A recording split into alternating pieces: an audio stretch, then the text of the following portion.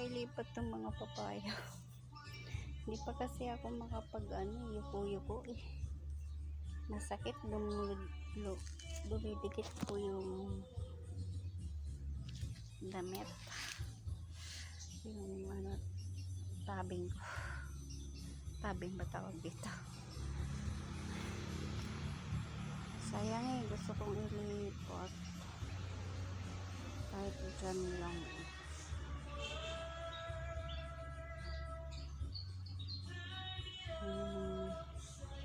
Ano po yan? Papayang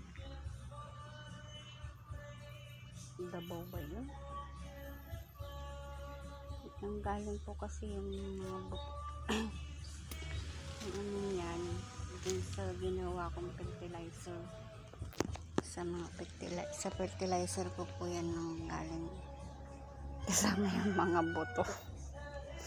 Nung idinilig ko, ayan, dumami sila. Ang dami nga po yan nagsitubuan dito eh. Isa lang yan, mga naano dyan sa kailangan mo lang siyang mailipat. Sana po umukay itong kinagatan kasi siya eh. Ito sana maging okay yan. Ang taas na ng okrang tanim ko.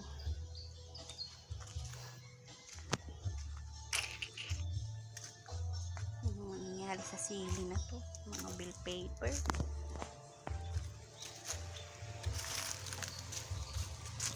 Talong tong haba eh.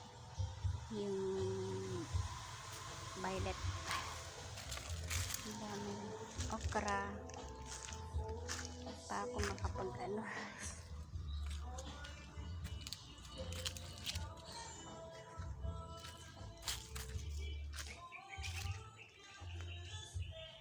papaya dito. Namunga na yung malunggay. May bunga siya 2 piraso.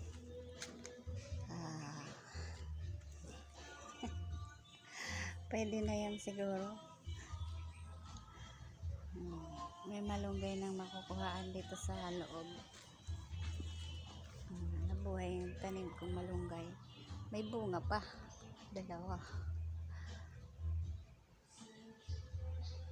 Wala siguro tong papaya na to. Ang daming okra.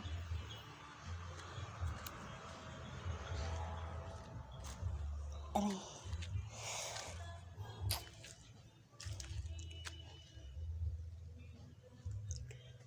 Sunod na lang po ulit dyan. Lagay na ng talong. Hindi ko alam kung pwede na yung harvestin. Yung bulaklak. Bunga yan. Bulaklak. Ayan, bunga na yan. Tinanggal ko na po yan. Tawag dito. Yung petsay na malaki. Ito, wala pa.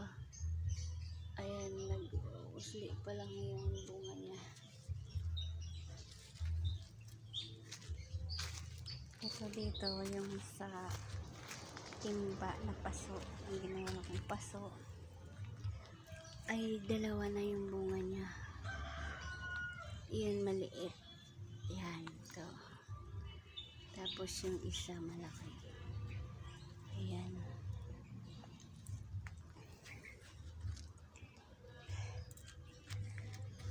May tinanim po ako dito kay Mito. Ayan. Kay Mito po yan. Ito. Yan itong mga saluyot. Matataba. May bunga naman po ang anong tawag dito? Patola. Ayun.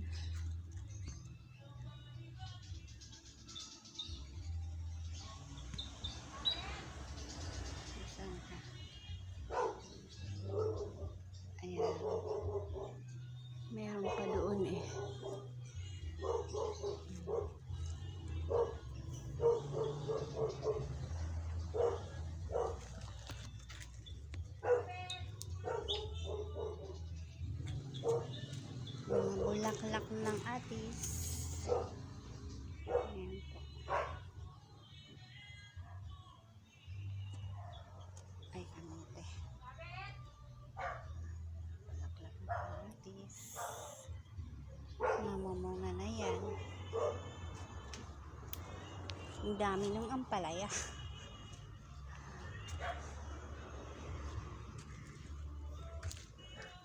Wala na pong bunga ang mangga.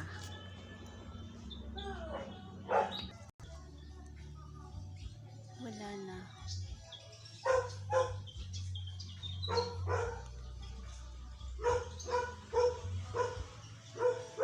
Wala lang susingkitin. Wala lang aakyatin.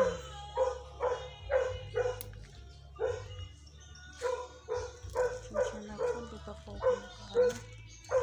Bye-bye po.